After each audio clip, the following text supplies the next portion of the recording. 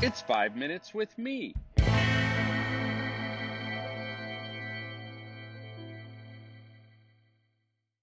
Hello, friends. Welcome to 5 Minutes with Marko. That's me.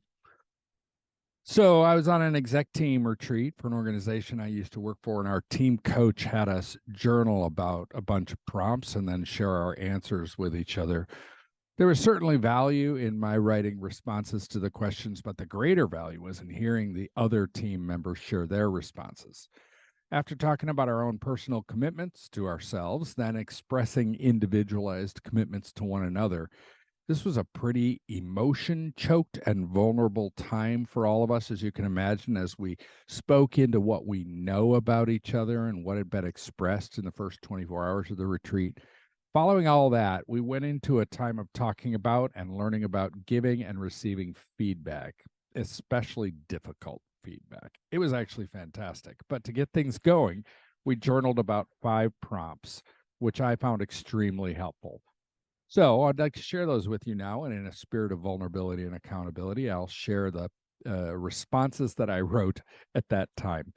Oh, and the header on the worksheet that we filled this out on said this: the feedback from the people around us is the best learning material we can ever have. Sometimes, however, we fear the change we will experience if we remain open enough to really hear what others have to say. Wow. Okay, prompt number 1. What feedback do you want to hear? And I wrote, I used to need to hear or desire to hear feedback about my strengths and skills, but our team has done such a great job of that in the past couple of years. I'm sensing that needs subsiding.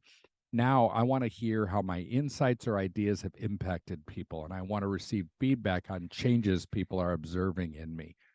I want to hear when people think I'm doing the things I don't want to do, like manipulate or control or come off as arrogant.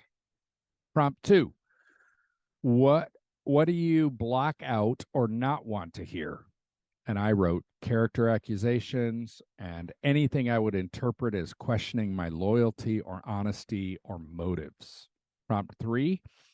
Who do you not like getting feedback from? I named a few people on my page and expressed those and that I struggled getting feedback from and why, but I won't list that here. But I also wrote, I don't like feedback from people from whom I perceive there's a hidden motive or agenda in the giving. Prompt 4, why have you chosen to ignore this feedback? That is, feedback you don't like receiving. And I wrote, I tend to devalue this kind of input or feedback because I think it's tainted in nature, and that at least partially invalidates it. Prompt 5, what would happen if you opened yourself up to receive it? That is, the feedback you don't like receiving. And I wrote, I would likely obsess on the mixture of partial truth and mixed motives and vacillate between dismissiveness, passive-aggressive counterattack, and feeling wounded, played out in self-pity. I might also get to the point where I learned something from it. Okay, podcast listeners, 2 applications for you to consider. First, I've seen over and over again with the hundreds of youth workers in our coaching program that leaders growing in self-awareness is more important than leaders growing in skills. Great leaders continue to pursue growth in self-awareness, and knowing what's behind how you do and don't want to receive input is a big part of self-awareness. I want to encourage you to spend some time with these 5 prompts and do some journaling yourself. Again, those 5 prompts are: what feedback do you want to hear?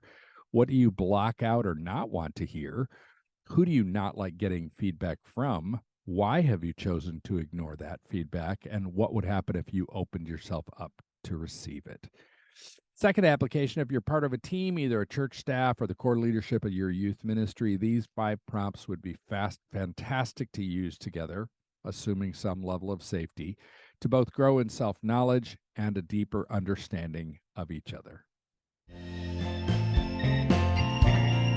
The Youth Cartel Podcast Network.